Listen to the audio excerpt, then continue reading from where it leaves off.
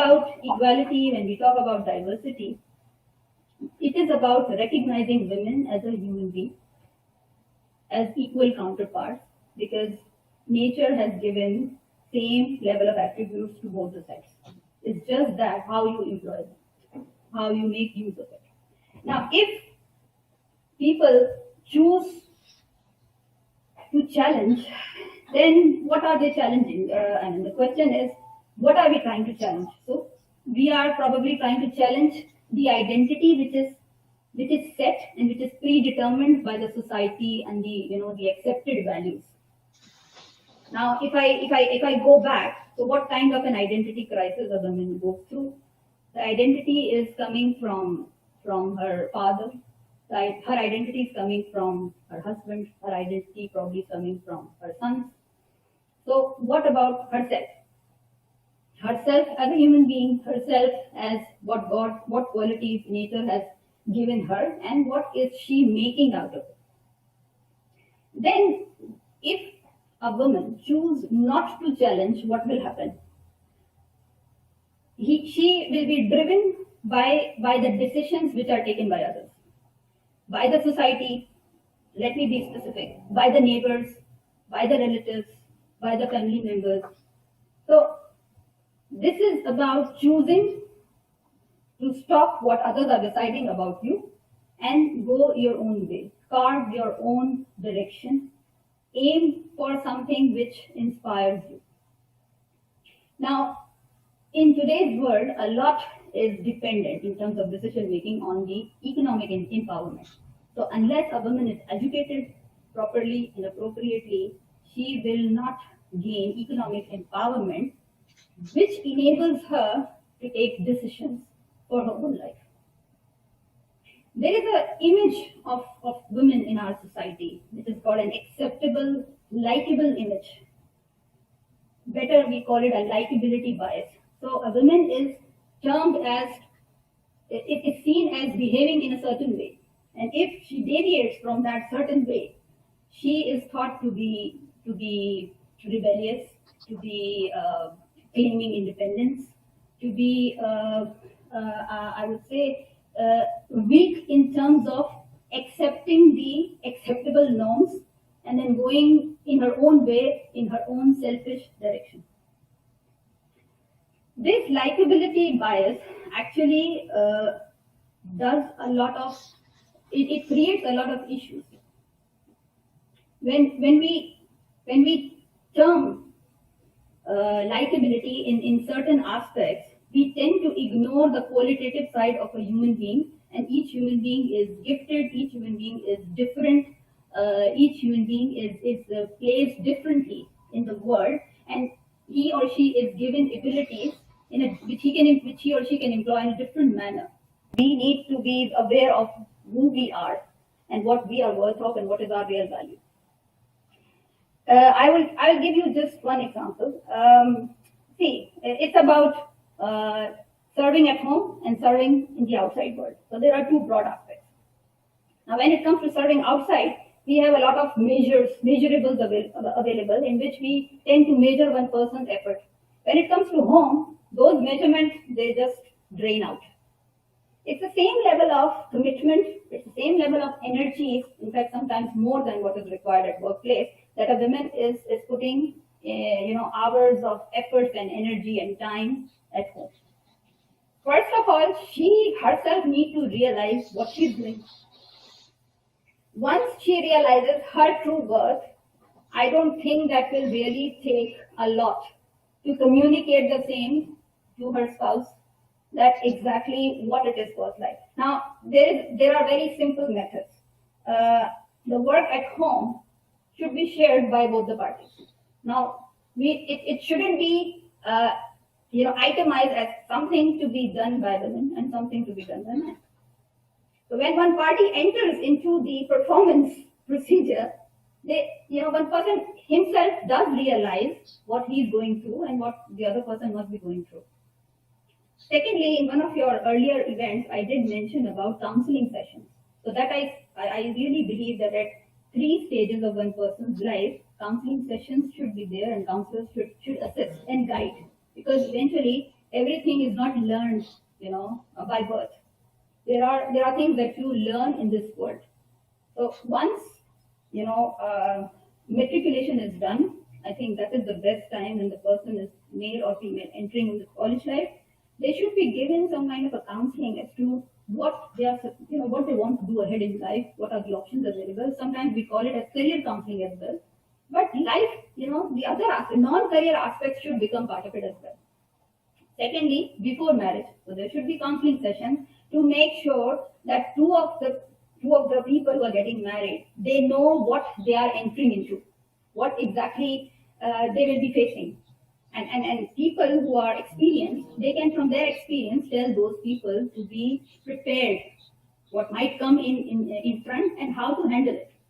Third, after some years of marriage, 5 to 6 years, a counseling session should be done to review where you stand from where you started. So this is something I think that could really help couples to sort out these 95 and 5% issues, which really are nothing, and they become quite big just because there is ego or there is miscommunication. See, like I said, women are managers by birth. And that is what I believe, because they manage a lot of things. And it all depends on how one is ambitious about what one wants to do. And then there are ways. So you will not find theories in the books that will tell you predetermined ways as to how to go about it. It's, at the end of the day, it is about being human and being understanding. Counseling sessions can work definitely, but it all depends on how the two people are trying to implement it, and sometimes it flares up as well. In a society where things are primarily driven by family and not the person. So two people get married,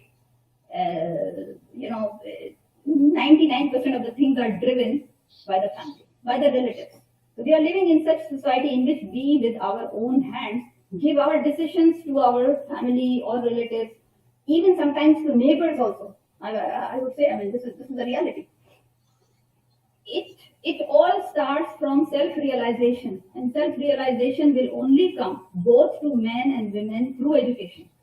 So if we want to bring a change, and there are two choices: either we keep sitting and continuing and arranging International Women's Day and keep talking about it and celebrate a few of the women who broke the barriers and did wonderful, or we try to actually push for a change which probably may not happen in few years, but maybe in a few decades, that will reflect in the thoughts of our children. Because eventually, what's the cornerstone if you talk about Pakistani society? It's mother, it's ma, who is actually giving the tarbiyat at home. Father probably is not that much part of the daily life because he's out to earn. I'm talking about the masses, I'm not talking about the metropolitan society. So it's, again, the onus comes to women. So women, once they start thinking about themselves and valuing about themselves, only then they will translate those thoughts to their kids. Once they will translate those thoughts to their kids, then when you give counseling session to the person, it is going to click. If a man is seeing some set state of society right from his childhood, how on earth, and he is in all his comfort zone. So how on earth do you expect him to choose to challenge? Because choose to challenge is about change. And if a person is in the comfort zone and everything is available to him, why would he want to change from the preset behavior? So people only change when there is something which is when there is a trouble.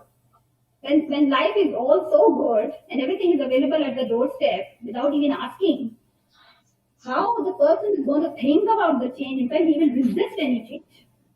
Women try to change because things are not available readily in front of her.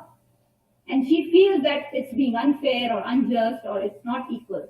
But for man, if you continue, so again, coming to women, this is about women to be self-aware. I don't really blame men for all kinds of, happenings which are there in terms of women issues in the society. I really don't blame them, because the tarbiyat part, the teachings part is coming from the mother, who herself is a woman. So women education is more important. Unless that happens, she is not going to be aware, and unless she is not going to be aware, she is not going to pass the same thoughts to the generation. So Yeah, right. But as I understood that the mother-in-law and the sister-in-law are the biggest enemies come out. Even both are mothers and they have their values. But anyways, that's a discussion. My last question for the day is that Asma Jan Muhammad, after a successful career in Dubai, belongs to Pakistan, dreams that tomorrow, if she woke up in Pakistan, she heard the news that the education of a female is free, healthcare is free, and the right to justice will be at the doorstep. How it would sound, and is a dream like this for the women in Pakistan? a dream needs, for the realization, it needs a will. And the will, when there is a will, then all sort of ways come out. It is not, so first of all, it is about willingness in the society. Does the society at large want to give all these things or not?